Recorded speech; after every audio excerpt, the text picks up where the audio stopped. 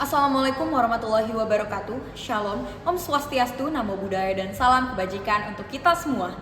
Yang saya hormati Dewan Juri yang terhormat. Dewan Juri yang terhormat, perkenalkan nama saya Tanesha Hanin dari tim oposisi. Izinkan saya pada kali ini akan memberikan tanggapan sekaligus sanggahan terhadap mosi yang diperdebatkan, yaitu adalah Dewan ini akan mengadopsi mekanisme student loan di Indonesia. Pertama-tama izinkan saya memaparkan prinsip pendidikan. Pertama adalah prinsip pendidikan di Indonesia itu menerapkan sistem demokratis dan juga pemerataan, kan? Seharusnya pendidikan merupakan tanggung jawab full negara. Namun, bukankah juga warga negara seharusnya tidak menanggung beban-beban ini semua? Kita lihat juga status quo-nya, banyak sekali bahkan ribuan lulusan yang menganggur, yang sebelumnya mereka membayar mahal UKT di dalam kuliah mereka tersebut. Ironisnya lagi, banyak sekali fresh graduate yang bekerja menjadi buruh tapi tidak bisa memenuhi kebutuhan dasarnya pribadi sehari-hari. Dan juga dunia kerja tidak sesuai dengan dunia pendidikan. Di dunia pendidikan kita mengejar-ngejar pendidikan untuk menjadi lulusan terbaik. Banyak sekali kita mengejar nilai-nilai yang nanti yang menjadikan kita memiliki IPK yang sangat tinggi. Namun faktanya bahwa dunia kerja tidak memiliki lowongan kerja yang baik, bahkan pasar kerja yang tidak sesuai dengan gaji-gajinya tidak sesuai dengan pendidikan yang dienyam oleh mahasiswa tersebut. Lalu, budget pendidikan dari negara Indonesia itu sangat minim.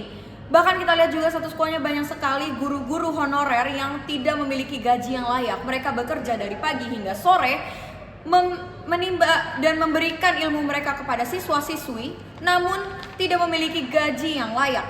Selanjutnya kita masuk kepada sanggahan terhadap Tim Pro. Tim Pro membawa konteks Amerika. Mereka membawa bahwa seolah student loan merupakan praktik terbaik yang sudah teruji di negara lain. Namun kita coba lihat bahwa Amerika memiliki pasar tenaga kerja yang sudah jelas dan juga sudah rapi.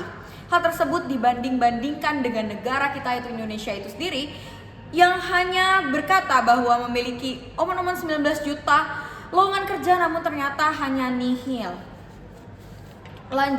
Selanjutnya saya akan bilang bahwa bagaimana kita bisa mengenalkan student loan kepada masyarakat Indonesia. Kalau kita bisa tahu sendiri, sebenarnya Indonesia memiliki tingkat literasi finansial yang sangat amat rendah. Banyak sekali rakyat yang belum atau bahkan tidak memiliki wawasan tentang literasi finansial. Jadi saya menolak logika ini. Hal tersebut itu hanya membuat para mahasiswa tidak membayar UKT-nya, tapi cuman ditunda di kemudian hari.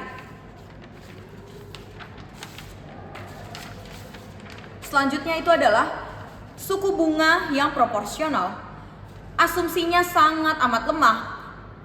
Siapa yang tahu bahwa bunga tersebut itu sangat amat proporsional? Bunga adalah instrumen yang selalu menguntungkan pihak yang memberi pinjamannya, bukan yang mendapatkan pinjamannya.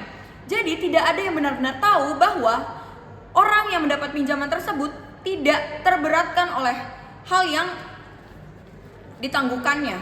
Selanjutnya, student loan membuat orang lebih menghargai pendidikan. Bahwa pernyataan itu merupakan hal yang salah. Menghargai pendidikan tidak harus melalui hutang, bisa melalui kualitas pembelajaran dan juga dukungan. Jika dihargai melalui hutang, maka yang tumbuh bukanlah semangat, namun hanya tangguhan.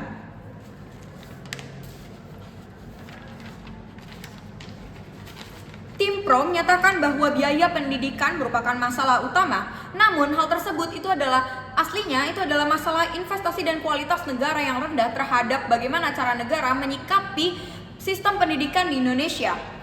Dan juga student loan itu sangat amat tidak menyelesaikan keduanya.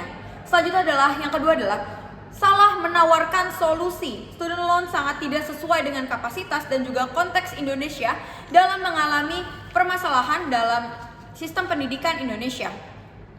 Berikut adalah cara-cara kebijakan lainnya selain dari student loan itu sendiri. Yang pertama adalah bagaimana cara negara meningkatkan anggaran pendidikan sesuai dengan Undang-Undang Dasar. Yang kedua adalah memperluas beasiswa berbasis kebutuhan, bukan prestis.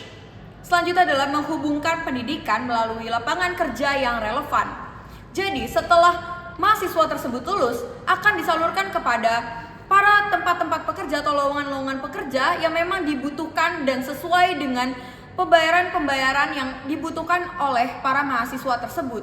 Maka dengan hal tersebut, saya menolak student loan sebagai sistem pembiayaan pendidikan tinggi di Indonesia. Terima kasih.